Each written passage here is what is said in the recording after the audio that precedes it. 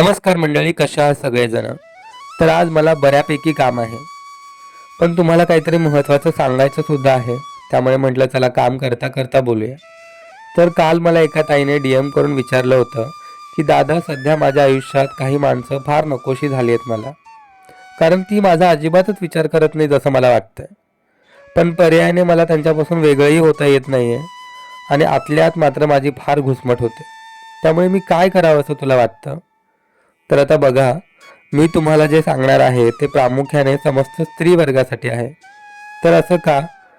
तर बऱ्यापैकी पुरुष मंडळी कुठल्याही गोष्टीचा फारसा विचार करत नाहीत, कुठलीही गोष्ट जास्त मनाला लावून घेत नाहीत आणि कुठल्याही नात्याचा कसलाही विचार न करता लेट गो करणं त्यांच्यासाठी फार सोपं असतं.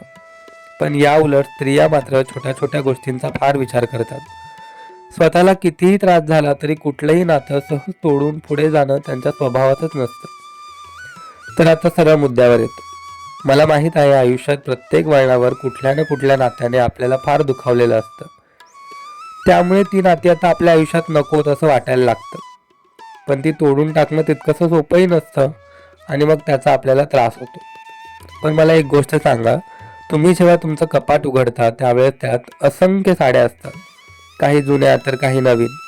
त्यातल्या काही साड्यांना तर तुम्ही कित्येक वर्ष हातही लावलेला नसतो आणि त्यातल्या काही साड्या तर आता आवडेनाशा सुद्धा झालेल्या असतात. पण तरीही कपाटाच्या एका कोपऱ्यात तुम्ही त्या सगळ्या साड्या तितक्याच आवडीने आणि प्रेमाने जपून ठेवलेल्या असतात. का?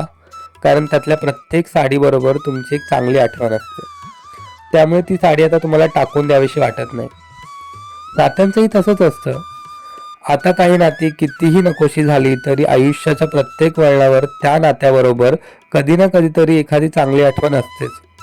त्यामुळे त्या चांगल्या आठवणी आठवायच्या आणि आयुष्याच्या कपाटात सुद्धा ही नाती कायम जपून ठेवायची, कुठलाही त्रास करून न घेता, कारण त्याशिवाय आयुष्याला पर्याय नाही. बघा, पटलं तर, आणि पटत असेल तर मला कमेंट करून नक्की सांगा. Bye bye.